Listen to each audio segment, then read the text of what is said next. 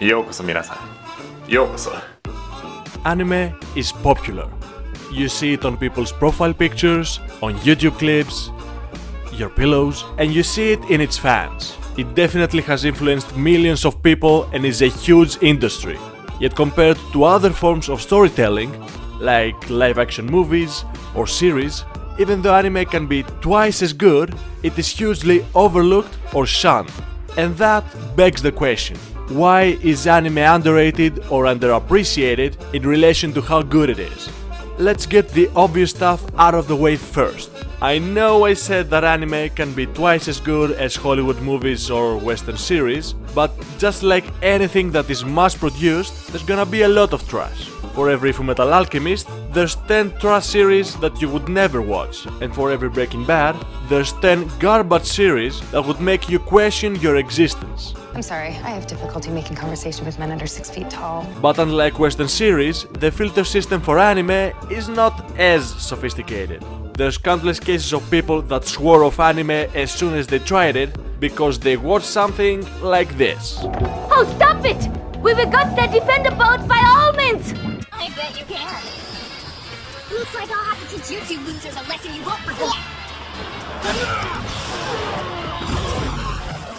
It's enough for a person to lose hope. So the stock of anime starts to drop. On top of that, this series try to compensate for the lack of the story with, well, you know how. Over-sexualizing the characters is a common practice among mediocre or terrible anime in order to distract you from the horror that is the plot. Sadly, even some good series feel the need to overcompensate the material with bobbling boobs or clothes that tear in a very convenient pattern. So yeah, pair that with the enormous explosion of hentai porn in the West, and you get millions of people assuming that anime are Japanese cartoons about girls that get violated by octopus tentacles. And honestly, I don't blame them. If you haven't spent time on learning the intricacies of anime and Japanese culture, of course you're going to associate this and that. I have definitely seen a hentai story with more plot than certain anime, and there's nothing wrong with having ecchi anime, if that's what you enjoy. But circling back to the filter system for anime, and that the typical viewer has no idea about how the anime culture works, it only hurts the genre as a whole. But yeah, you've gotta stop with the lolis, man. I can rationalize just about anything about anime, but Japan, you have some issues. Just stop this, please. Anyway, the point is, the anime stock starts plummeting. Now that that's out of the way, let's talk one of the best and worst things that anime has brought us. The weebs.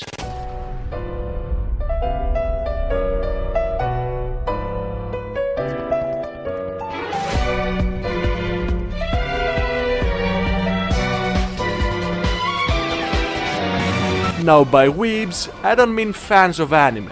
I don't even mean the most passionate fans of anime. I mean the full-on neckbeard having, pillow hugging, katana wielding, slap me in the ass and call me Oni-chan fans of anime. The weebs are the most vocal part of the anime fan community.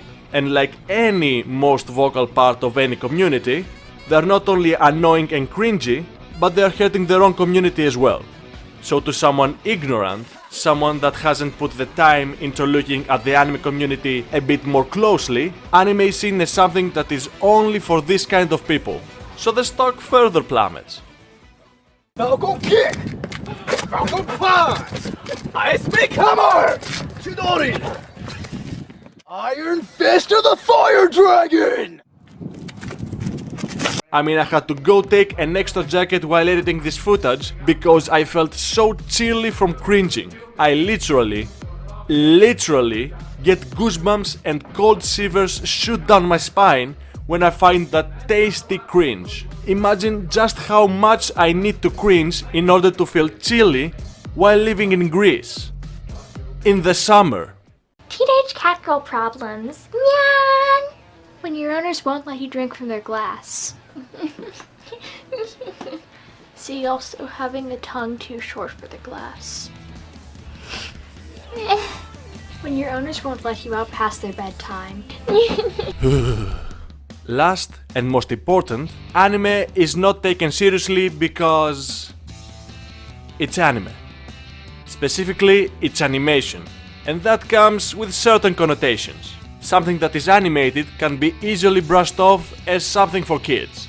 For most people, anime was introduced to them in the form of a cartoon substitute. Pokémon, Digimon, Yu-Gi-Oh!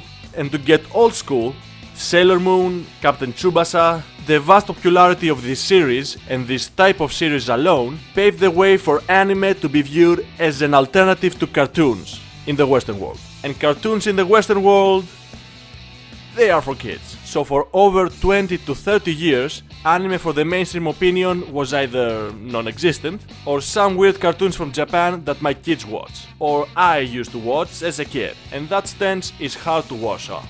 It took a huge explosion of popularity for more mature anime to shift the scales just a bit. Death Note was a huge contributor to the popularity of anime. Finally, the anime fans had a flagship anime to recommend to people that could never get into the big three. This anime was dark and mature. I'll take a potato chip and eat it. Most of the time. And that helped to convince people that anime might not be just for kids. I mean, there were tons of greater anime that were more mature and well written, but sometimes they had jokes and silly faces. So yeah, people would just lump them with the others. Then Attack on Titan came. That was the second huge breath of air for mature anime. Again, there were tons of mature anime already, but they just weren't popular enough. Death Note had these flashy plot twists, Attack on Titan Season 1 had the action and revenge-filled motivation, they had the perfect balance of mature and immature. Ironically, the people that were judging anime for not being adult enough weren't mature enough to enjoy the less interesting adult anime. So it took two half mature, half less mature anime to convince the naysayers to watch them. As the great philosopher Lucian Fire Underdash 1412 pointed out in my Discord server, anime is at its infancy. Even though it has been around for over 100 years and it has struggled to keep finding new concepts to cover, anime is only now starting to get as popular as you would expect. And that is partially due to how localized it is. Brilliant as they might be, Japanese creators are considerably fewer than the rest of the world. Non-Japanese studios are just now starting to create their own anime. Castlevania, Avatar, Scissor 7. Just like with other mediums, like hip-hop, it slowly spreads around the world and different types of people try it out and make it their own. Also, now that black people are doing it, it won't be long before the rest of the white people start doing it as well. Racist! How is that racist? Racist! How is that racist? I'm saying white people are copying... Racist! How is that racist? The point is, anime has the potential to conquer huge chunks of audience from the other mainstream forms of entertainment. It has been held back long enough, and it's time to get its rightful place. And after enough breaths of fresh air, it will get there. I don't know which series will be the third mega popular mature anime that will move it one step closer to its goal, but it will eventually come. So far, plenty of anime came close, but they weren't quite enough. See you next time. Egghead murderer! Hold your fire! This man isn't black! What? Racist! IQ 3でも任せなさい